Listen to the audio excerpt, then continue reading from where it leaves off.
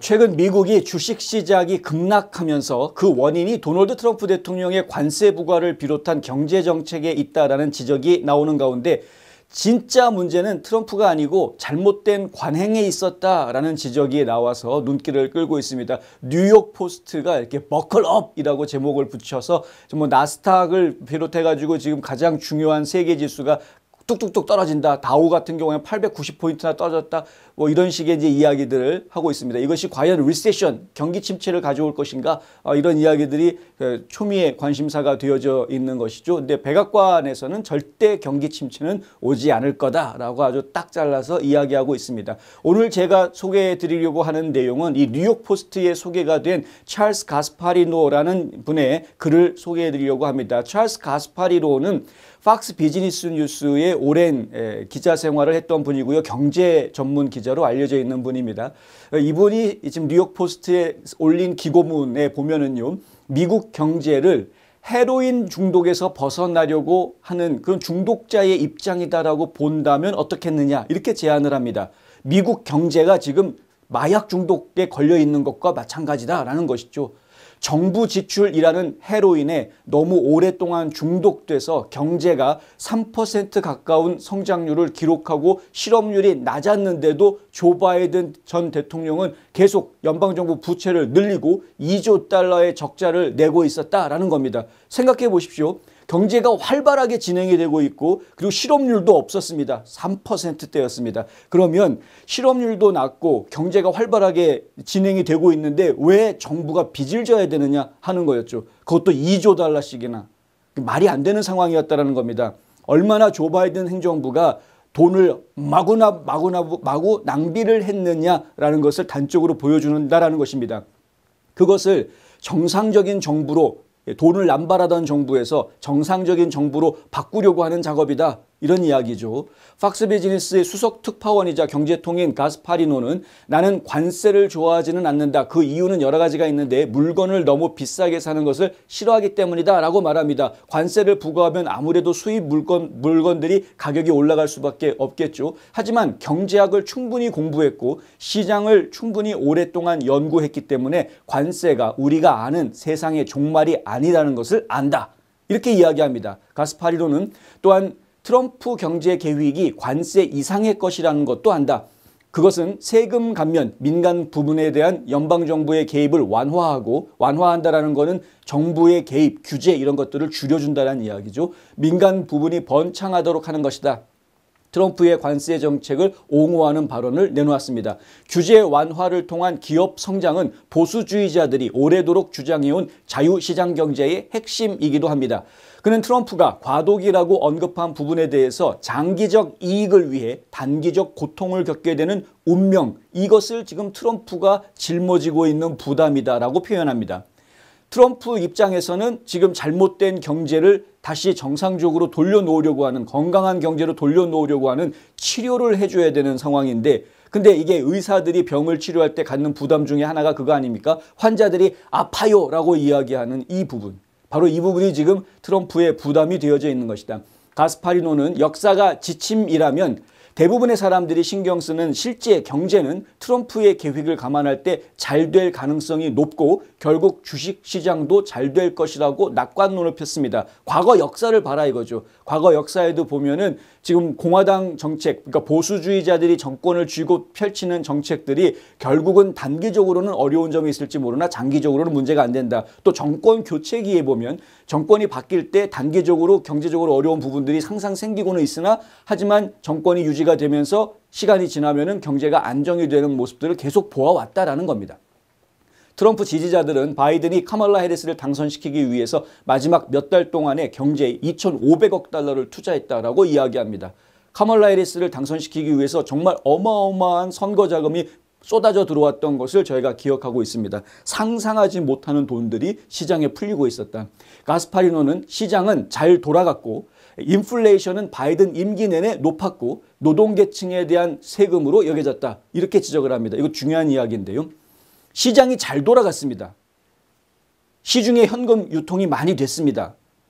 연준에서 이자율을 높이고 시중의 통화량을 줄이려고 애를 썼음에도 불구하고 작년 같은 경우에는 선거라는 이슈 때문에 엄청난 돈이 풀리면서 돈이 굉장히 많이 시중에 돌았습니다. 그런데 인플레이션이 계속 올라갔습니다. 그럼 이 올라간 인플레이션을 고스란히 받아들이는 시민들 입장에서는 어떻게 생각해야 되느냐 이거죠. 노동자들이 무슨 죄가 있습니까? 투자자들은 계속해서 높은 수익을 챙겨갈 수 있을지 모르겠으나 노동자들은 자신들의 월급이 올라가는 거에 비해서 더 많이 급등하고 있는 물가를 감당하는데 상당히 힘들었다. 결국은 이것은 빼앗기지 않아도 될 돈을 빼앗기는 것 같은 느낌, 세금을 뺏기는 느낌 같은 그러한 느낌이었다. 정부 지출을 없애는 것이 중독자에게 충격을 줬는데 트럼프의 무역 정책도 마찬가지다. 정부 지출, 연방정부로부터 쏟아져 나오는 이른바 정부의 눈먼 돈을 받아먹던 사람들이 많았다라는 이야기이고요. 근데 그 돈줄이 딱 끊기고 나니까 사람들이 지금 다 막 미친 사람처럼 아주 광적으로 행동하고 있는 모습을 제가 보고 있다라는 이야기입니다. 마약 중독자들한테 마약 안 주고 치료하려고 하면 그러한 금단 현상은 나타나지 않습니까? 지금 그런 돈줄이 끊겼으니까 지금 난리도 아니다라는 이야기가 나오는 것이죠. 근데 트럼프의 무역 정책도 마찬가지라고 이야기합니다. 가스파리노는. 여러 나라들이 무역에서 미국을 이용하고 있다. 중국은 지적재산권 훔치고요. 중국은 지적재산권 인정 잘 안 해줍니다. 카피라이트 같은 거 잘 인정 안 해주고 자기들끼리 막 합니다. 중국에서 뭐 산업 스파이들은 그냥 영웅으로 이야기가 되죠. 카피라이트 도둑질한 놈들이 아니라. 멕시코는 자동차, 트럭, 이민자, 펜타닐에 이르기까지 모든 것을 수출하고 있습니다. 멕시코에서 미국으로 들어오는 것은 마치 그냥 뭐 마구마구 무임승차하듯이 막 들어오고 있습니다. 막 통과가 되고 관세도 붙지 않고. 가스파리노는 주가 지수가 주로 기술 및 AI 관련 소수 회사들의 주식에 의해서 구동됐기 때문에 시장에 집착하고 있는 금융인들 대부분들이 이해하지 못하는 억만징창이 되어져 있다. 이 미국의 경제 상황을 그렇게 분석을 합니다. 주식시장의 지표를 움직이는 것들은 우량주 몇 개에 의해서 움직이고 있다라는 거죠. 뭐 매그니피센트, 매그니피센트 7 뭐 이런 거 있지 않습니까? 그러니까 그런 우량주들에 대해서 우량주가 중심이 돼서 주식시장을 흔들고 있는 것이지 그건 지표를 움직이는 것뿐이지 실제 경제를 놓고 이야기하면은 그건 주식시장에서 느낄 수 없었던 상당히 심각하게 지금 병들어 있는 경제시장을 볼 수가 있는 경제를 볼 수 있는 것이었다. 그는 금융인들이 이제 수정을 위한 변명을 찾고 있으며 관세가 그런 변명이 됐다라고 지적합니다. 자, 연방정부로부터 돈이 쏟아져 나와가지고 흘러 돌아다닌 것이 딱 끝나고 나니까 당장 돈줄이 말라붙으면서 난리들이 났죠. 쉽게 설명을 드리면 예를 들어서 뭐 폴리티코라든가 뉴욕타임즈라든가 AP라든가 이런 것들이 연방정부랑 구독 계약을 맺어가지고 몇백만 불씩 그냥 돈을 계속 받고 있었단 말입니다. 이게 자동으로 수입이 지금 잡혀 있었던 거였죠. 그랬는데 이게 딱 끊겼습니다. 그러면은 당장 회사의 매출이 확 줄어들게 될 것이고요. 그러면 또 당장 직원을 또 해고할 수밖에 없는 상황들이 벌어질 것이고 회사의 매출이 줄어들게 되니까 결국은 이익도 줄어들게 될 것이고 뭐 이런 거 아니겠습니까? 그러면은 그 투자한 주식을 가지고 있는 사람들도 배당금이 당연히 줄어들 수밖에 없는 것이고 뭐 이런 연쇄작용들이 벌어지게 되는 것이죠. 그런데 이러한 불편한 상황들에 대해서 뭐라고 좀 설명을 해야 될까라고 지금 주식시장에 있는 전문가들이 설명을 해야 되는데 어떻게 설명을 해야 될지 방법을 못 찾겠으니까 하는 이야기가 관세 때문이다 라고 이제 이야기를 하고 있다. 근데 생각해 보십시오. 신문사하고 관세하고 무슨 상관이 있습니까? 근데 관세 때문이다.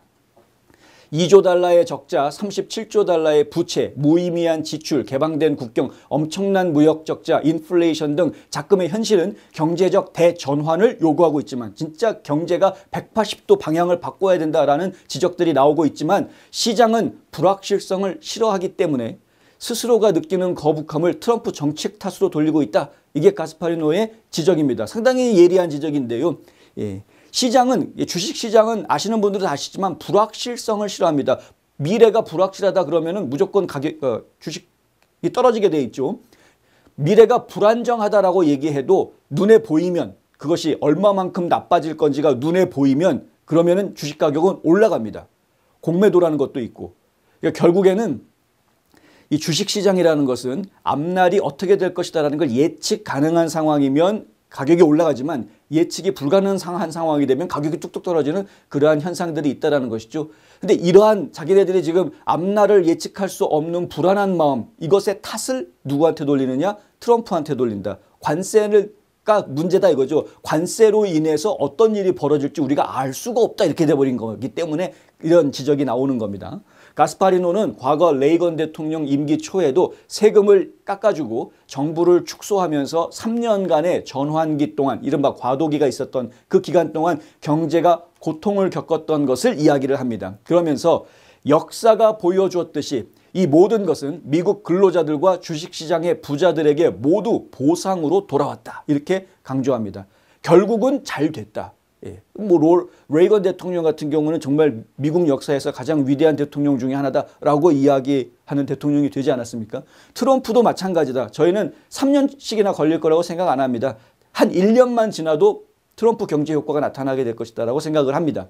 예. 상당히 빠르게 나타날 것이다. 왜냐하면 트럼프가 알기 때문에 어떻게 정책을 펼치고 어떻게 움직여야 실질적으로 효과적으로 이게 나타나는지에 대해서 이미 알고 있는 사람이기 때문에 오랜 시간까지는 걸릴 필요가 없다. 지금 1년만 기다려 보시면은 내년 이맘때쯤이면 그럼 미국 경제가 다시 살아나고 있다, 안정을 찾아가고 있다라는 이야기들이 나오게 될 것이다. 기다려 보십시오. 분명히 나올 겁니다. 그러니까 지금 저희가 전해드리는 이러한 내용들이 그냥 단순하게 무슨 극우파 매체에서 나온 이야기 이렇게 치부하실 문제가 아닙니다. 진짜 트럼프가 하려는 게 무엇인지 이해하고 있는 사람들은 그것이 옳은 방향으로 가고 있는 한 제대로 일어날 것이고 제대로 된 결과를 가져올 것이다라는 믿음들을 가지고 있습니다. 근데 그렇지 않은 사람들, 어떻게든 트럼프를 나쁜 사람을 만들어야 자기가 편해지는 사람들이 있는 거죠. 그 사람들 입장에서는 계속해서 트럼프 때문에 모든 것이 힘들다, 모든 것이 불안하다라는 쪽으로 몰아가게 되어져 있는 겁니다. 근데 대부분의 대형 언론사들이 숫자로 보면은 이 좌편향된 언론사들이 훨씬 더 많고 반 트럼프 진영에 서 있는 언론사들이 훨씬 더 많고 특별히 한글로 된 뉴스를 보도하고 있는 언론사들은 99%가 반 트럼프 진영에 서 있기 때문에 이 한글로 뉴스를 접하시는 분들은 트럼프의 정책이 앞으로 안정을 가져올 것이다, 번영을 가져올 것이다 라는 이야기에 대해서 상당히 잘 이해가 안 되는데 라고 반응하시는 모습을 저희가 보고 있다. 안타까운 겁니다, 사실은.